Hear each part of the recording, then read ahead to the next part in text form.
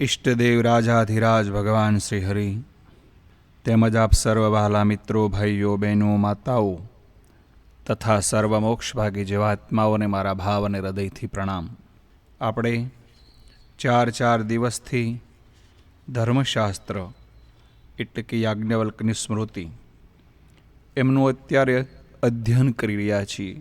એમાં પ્રથમ દિવસે ઉપોદ્ઘાત પ્રકરણ સાંભળ્યું, બીજા દિવસે બ્રહ્મચારી પ્રકરણ, ત્રીજા દિવસે વિવાહ પ્રકરણ અને હવે આજે વર્ણ જાતિ વિવેક પ્રકરણ એ આપણે સાંભળવા જઈ રહ્યા છીએ.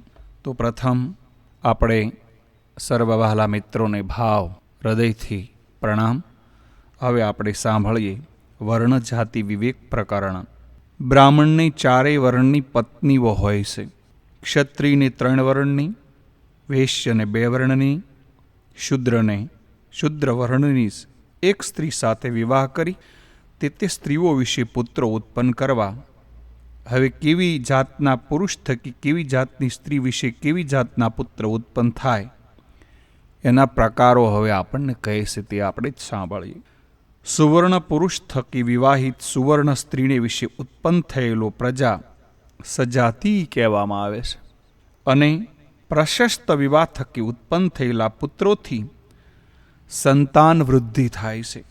બ્રાહ્મણથી ક્ષત્રિયાણીને વિશે ઉત્પન્ન થયેલો પુત્ર મૂર્ધા વિકસિત, વૈશ્ય જાતિની પત્નીથી ઉત્પન્ન થયેલો જે પુત્ર અંબષ્ઠ અને શુદ્ર જાતિની પત્નીથી ઉત્પન્ન થયેલો પુત્ર નિષાદ અથવા પારાશવ કહેવામાં આવે છે. બ્રાહ્મણ પુરુષોનો વિવાહ ક્ષત્રિય વર્ણની સ્ત્રી સાથે થયો હોય તો તે બંનેથી ઉત્પન્ન થયેલો પુત્ર મૂર્ધા વિકસિત એવા નામથી ઓળખાય છે. બ્રાહ્મણથી વૈશ્ય સ્ત્રીને વિશે ઉત્પન્ન થયેલો પુત્ર અંબષ્ઠ એવા નામથી કહેવાય છે.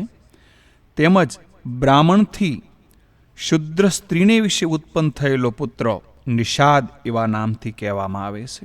અત્રે નિષાદ એટલે મત્સ્યને મારનાર અને પ્રતિલોમસ પ્રકારને ઉત્પન્ન થયેલા નહીં, પરંતુ નિષાદ શબ્દથી જે પારાશવ કહેવાય તે ગાય છે. શંખ ઋષિનો મત છે કે બ્રાહ્મણથી ક્ષત્રિયને વિશે ઉત્પન્ન થયેલો પુત્ર ક્ષત્રિય હોય, ક્ષત્રિયથી વૈશ્યને વિશે ઉત્પન્ન થયેલો વૈશ્ય અને વૈશ્યથી શુદ્રિણીને વિશે ઉત્પન્ન થયેલો શુદ્ર કહેવાય છે.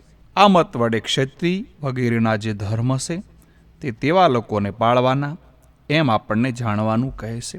નહીં કે મૂર્ધા વક્ષિત અંબષ્ઠ વગેરે જાતિનું નિરાકરણ કરી ક્ષત્રિય વૈશ્ય જાતિ ઠરાવવા માટે.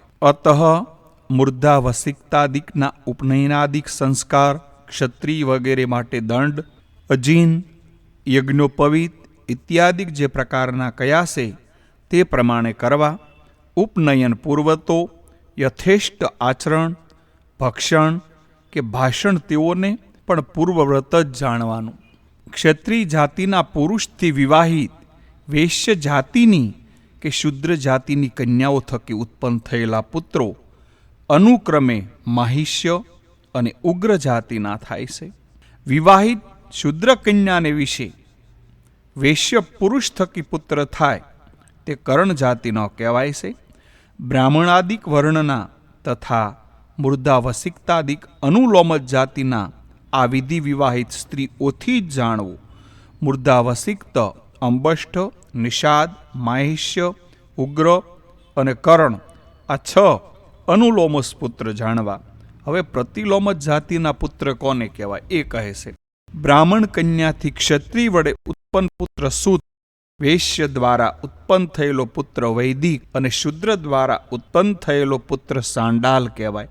અને તે સાંડાલ સર્વ ધર્મ કર્મમાં અનઅધિકારી છે.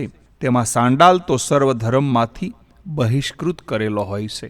વૈશ્ય પુરુષ દ્વારા ક્ષત્રિય કન્યાને વિશે ઉત્પન્ન થયેલો પુત્ર માગધ અને ક્ષત્રિય કન્યા વિશે શુદ્રની ઉત્પન્ન થયેલો પુત્ર ક્ષતાપુત્ર કહેવાય. અને વૈશ્ય કન્યાને વિશે શુદ્ર દ્વારા ઉત્પન્ન થયેલા પુત્રને આયોગવન એવા નામથી કહેવામાં આવે છે. સૂત, વૈદિહક, સાંડાલ, માગધ, ક્ષતા અને આયોગવ આ 6 પ્રતિલોમજ પુત્રો કહેવાય છે. એમની આજીવિકા શુક્ર નીતિ અને મનુ સમૃદ્ધિમાંથી તમારે જાણી લેવાની. ક્ષત્રિય પુરુષથી વૈશ્ય સ્ત્રીને વિશે ઉત્પન્ન થયેલો પુત્ર માહિષ્ય, વૈશ્ય પુરુષથી શુદ્ર સ્ત્રીને વિશે ઉત્પન્ન પુત્રી કર્ણી કહેવાય. તેવી કર્ણીને વિશે માહિષ્ય વડે ઉત્પન્ન પુત્ર રથકાર નામની જાતિનો કહેવાય છે. એના ઉપનયનાદિક જે સર્વ સંસ્કાર કરવા એમ સ્મૃતિનું વચન છે. જેમ કે શંખ સ્મૃતિમાં કહ્યું છે કે ક્ષત્રિય અને વૈશ્યના અનુલોમ સંસ્કારમાંથી રથ જાતિ ઉત્પન્ન થાય તેને યજ્ઞ, દાન તથા ઉપનયનની યોગ્યતા છે. અને ઘોડાઓની પ્રતિષ્ઠા એટલે કે સાળ સંભાર, રથસૂત્રની વૃત્તિ એટલે સારથીપણું, વાસ્તુવિદ્યા અને ભણવું તે વડે આજીવિકા ચલાવી. એવી રીતે બ્રાહ્મણ અને ક્ષત્રિય થકી ઉત્પન્ન મૂર્ધાવસિક્ત અને માહિષ્ય જે અનુલોમ સંકર જાતિ થાય છે તેને પણ ઉપનયનનો અધિકાર છે, કારણ કે તેઓ દ્વિજાતિ પણ કહેવાય છે. સવર્ણ પુરુષથી સવર્ણા સ્ત્રીને વિશે ઉત્પન્ન થયેલી જે પ્રજા સજાતિ થાય એવા વાક્ય વડે પ્રજાને બ્રાહ્મણત્વ, ક્ષત્રિયત્વ વગેરે પ્રાપ્ત થયા એમ કહ્યું. હવે એનું બીજું કારણ કહે છે. મૂર્ધાવસિકતાદિક જાતિઓની 7મી કે 5મી પેઢીએ પણ ઉત્કર્ષ થાય છે, પરંતુ આપતકાળમાં નિમ્ન જાતિનું કર્મ સ્વીકાર કરે તો સમતા થાય અને અધર અનુલોમજ અને ઉત્તર અનુલોમજ પૂર્વવત સત અને અસત જાણવા. વર્ણશંકર જાતિના અનુલોમજ અને પ્રતિલોમજ એમ 2 મુખ્ય ભેદ કયા? શંકર જાતિમાંથી ઉત્પન્ન થયેલ રથકારાદિક ઉદાહરણથી બનાવ્યું.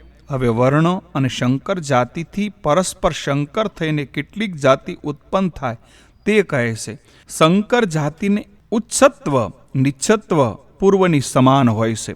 અર્થાન મૂર્ધાવસિક્ત જાતિની સ્ત્રીને વિશે ક્ષત્રિય, વૈશ્ય કે શુદ્ર વર્ણના પુરુષથી ઉત્પન્ન થયેલા તથા અંબષ્ટ જાતિની સ્ત્રીને વિશે વૈશ્ય અને શુદ્ર વર્ણના પુરુષથી ઉત્પન્ન થયેલા તથા નિષાદ જાતિની સ્ત્રીને વિશે શુદ્ધ વર્ણના પુરુષથી ઉત્પન્ન થયેલા જે પુત્રો તે નીચ પ્રતિલોમજ જાતિના કહેવાય છે. તેમજ મૂર્ધાવસિક્ત અને અંબષ્ટ અને નિષાદ જાતિની સ્ત્રીઓને વિશે બ્રાહ્મણ વર્ણના પુરુષ વડે ઉત્પન્ન થયેલા તથા માહિષ્ય અને ઉગ્ર જાતિની સ્ત્રીઓને વિશે બ્રાહ્મણ તથા ક્ષત્રિય વર્ણના પુરુષ થકી ઉત્પન્ન થયેલા તથા કરણ જાતિની સ્ત્રીને વિશે બ્રાહ્મણ, ક્ષત્રિય અને વૈશ્ય વર્ણના પુરુષ થયેલી ઉત્પન્ન થયેલા પુત્રો ઉચ્ચ અનુલોમજ કહેવાય છે. એવી જ રીતે અન્યત્ર પણ કલ્પના કરી લેવી. આ ઉચ્ચ નીચ પણ પૂર્વ કહ્યું એ પ્રમાણે છે. ક્રમશ સત અને અસત એવી રીતે જાણવા. ઇતિ વર્ણ જાતિ વિવેક પ્રકરણ અહીંયા પૂર્ણ કરીએ છીએ.